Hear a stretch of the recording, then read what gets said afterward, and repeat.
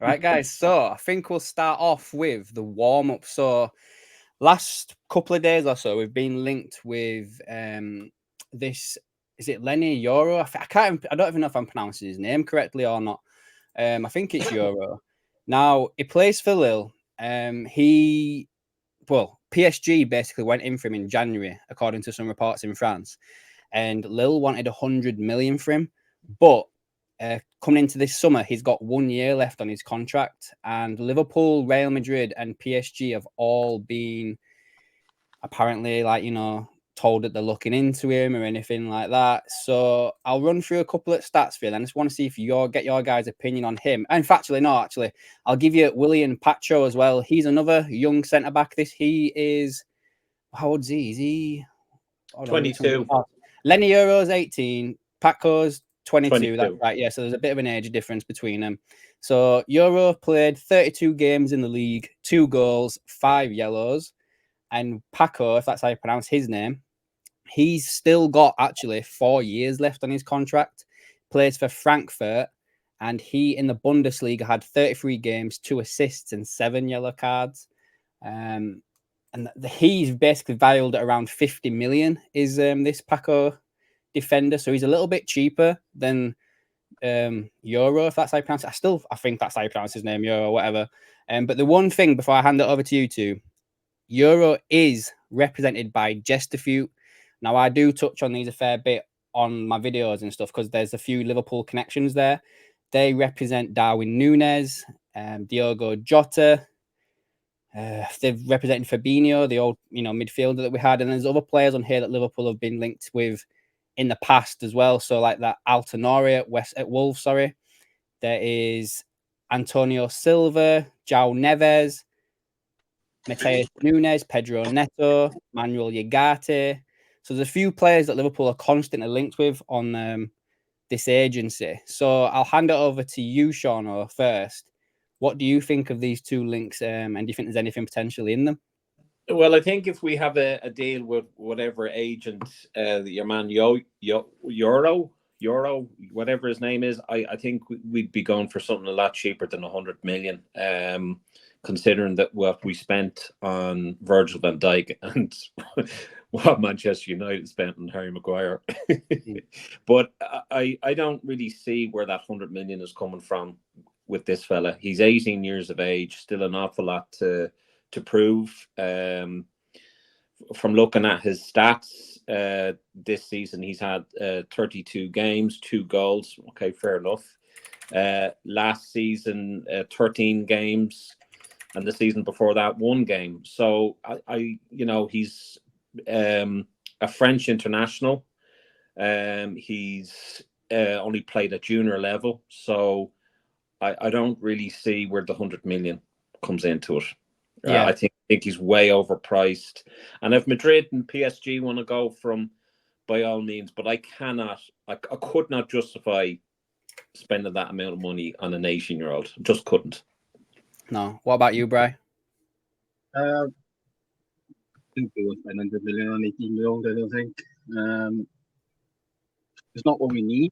We've got our youngsters coming through. I think that spot should be reserved for our academy players coming through. I think, 22, 23 years of age is more where we need to be with a defender who's got a couple of seasons underneath his belt. I think we're actually lacking a little bit of experience at the back. I mean, with Matip going now, we've got Van Dijk. Gomez he's an okay centre back with a mistake in him, but he's versatile, so he's handy to have in the squad. But I don't think it'd hurt us to go, a little bit older, just as an experienced head when Van Dijk does get injured, Yeah. On the boat, right? But we will definitely be in, I think, for a centre back this year. I just don't think it's going to be 100 million pounds worth. No, yeah, I agree. I think I probably should have mentioned to start with, though, they do think that he won't cost 100 million now, but more like 60, 70 million. But still, 18-year-old, unproven, at Lille, it's too much money for me. What about the other player? Is it Paco? Paco, I think I can't pronounce. Don't know how to pronounce his name. He's we'll just go for Paco. Yeah, Paco. He's left-footed, so he would come in at that left-hand side. Again, he's 22. Plays in Frankfurt, and I kind of think the Bundesliga is a bit of a stronger league than the Ligue 1. So he would have a bit more potential experience that's relevant to come into Liverpool or something like that. But what about him? He's rated at apparently 50 million. Do you reckon that's something that Liverpool should probably look at? Like, I had a thing about like last summer when Liverpool used to go and buy players for 20 million. I think 40 million is the new 20 million now, to be fair.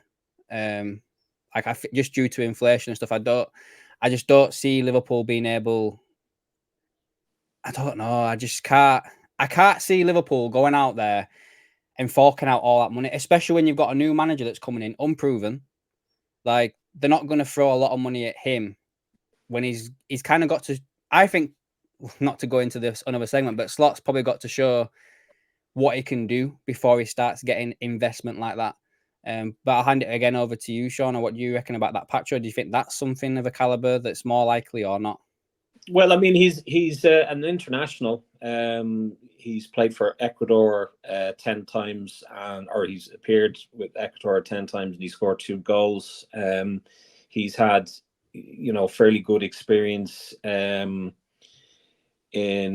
Independiente del Valle, I think that's how you pronounce it, in 1922, and then 22-23 Royal Antwerp. And he's had a good lot of games there with them. And obviously, in the Bundesliga there, 23-24, he's had 33 games, 2 assists and 7 yellow cards. So there's a little bit more consistency with this guy. I'll be honest with you, I don't know all that much about either of them, so I'm not going to be claiming to be an ITK. But I genuinely think that if we're going to put in money on one or the other, I would go for Pacho, to be honest with you. Yeah, same. What about you, Bri? Yeah, I definitely think he's more the profile we're looking for. He's definitely the type of player that he could be coming to Liverpool. I still think the price tag's a bit high. I mean, obviously the club will do their homework before they go in for anything like that. But yeah, I agree. The German league is a stronger league. I'd be more confident of him coming from Germany rather than France. He's definitely, I think he matches our. He's the profile of player I think we're going for in the age range. The price is the problem, but I think I could see that happening. Yeah, true, same. So I think again, just due to his experience and age, I think, and the price as well, I think that could be something that Liverpool are probably most likely to go for, basically.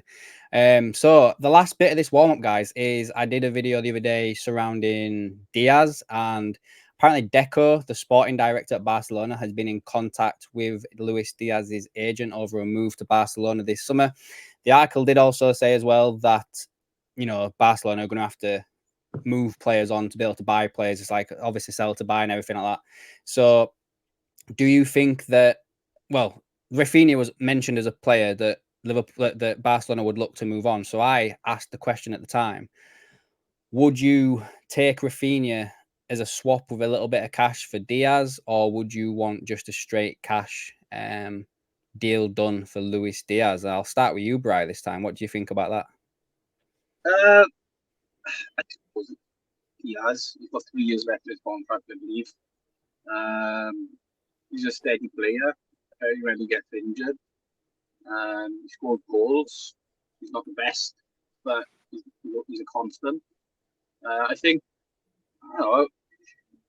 it's up to the manager. I think if the manager has let him go, then I don't think it's up to Barca. I think it's up to Liverpool.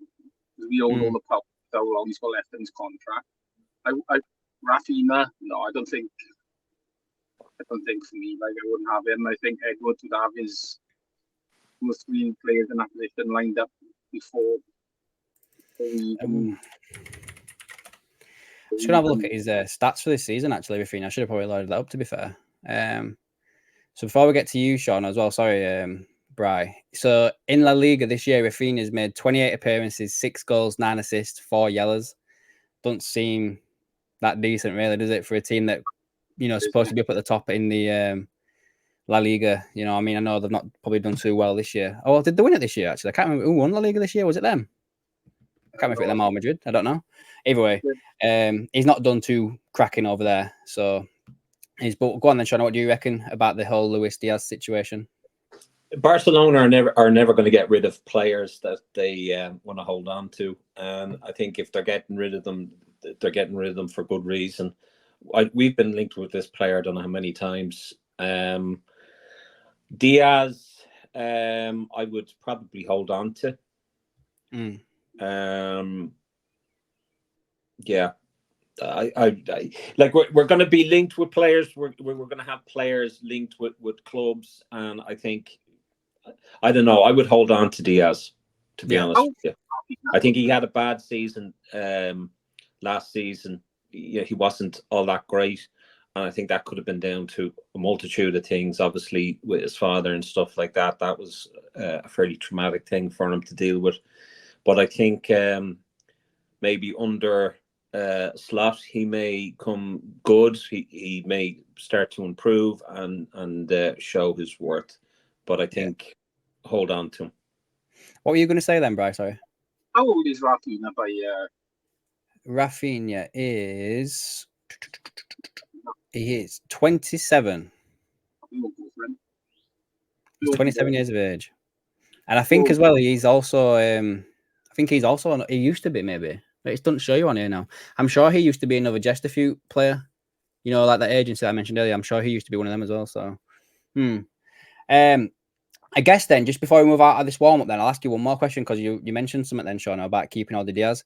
If you were to move on one of the front line, who would it be?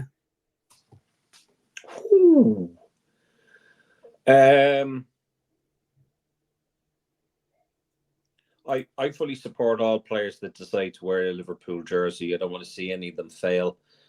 But I think we need to look at no, I don't think Salah. That's a difficult one. I mean, if I had to choose, I probably would choose Diaz.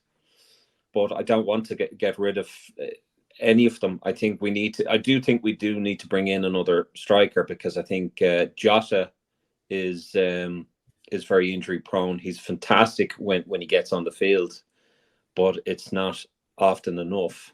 I